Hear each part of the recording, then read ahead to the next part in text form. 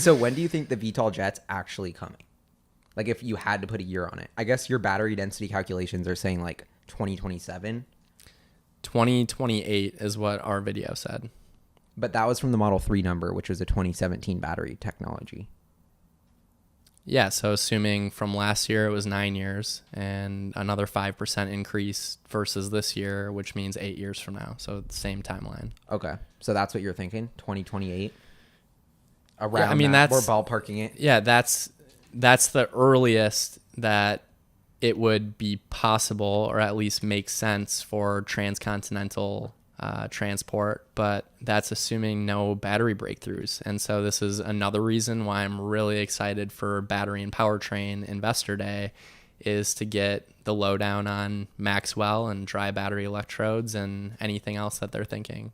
And like, will they mention what other things they're going to do with all these battery improvements they're making? Yeah. One concern of mine is that, all right, now that you've gotten to 300 to 500 miles of range, Tesla is just fine on the energy density side for like electric vehicles now.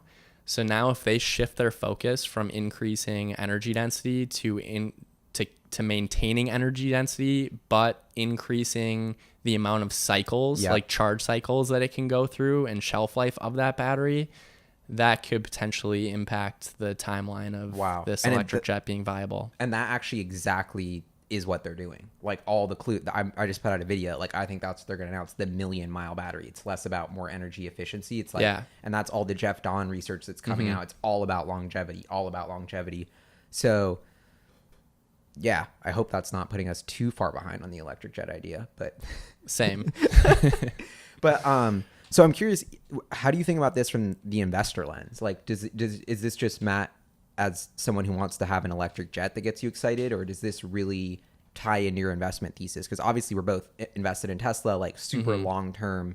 You know, that's kind of my philosophy. But you know, do you actually think this, like, should investors be remotely considering this? Or the way I kind of think of it is like, it's not something I would price into my models, but it's just like, you can't just say Tesla's a car company. They're really a technology company changing transportation, and no slice of the transportation industry is safe for Tesla eventually in the long run. And so I love like doing these theories of like how far out there, but it's hard to actually give this value. So how I think about it, you've got $80+ billion market cap now, all-time highs. I think that this story is going to play out over the next 2 decades at least, where they're attacking the vehicle market, ride sharing, and energy storage / generation. So those are going to be 3 of the largest markets on planet Earth. And I think Tesla is going to dominate all 3 of them. But this story is going to take a really long time to play out. And so if I am thinking, it all depends on the investor timeline. Like, I'm going to do the same thing I did with Apple, where it's 15 years plus, just not diversifying. I'm going to put everything into TUM and Tesla 15+ years. And given that timeline, I think that this actually is material. But if you look at Wall Street, analyst valuations, all that stuff, they're not even pricing in energy storage and ride sharing yet. So no, definitely not. That won't be until it won't be until they're actually selling it, even if they announce the jet. Like, they're not factoring in vehicle programs that have already been shown.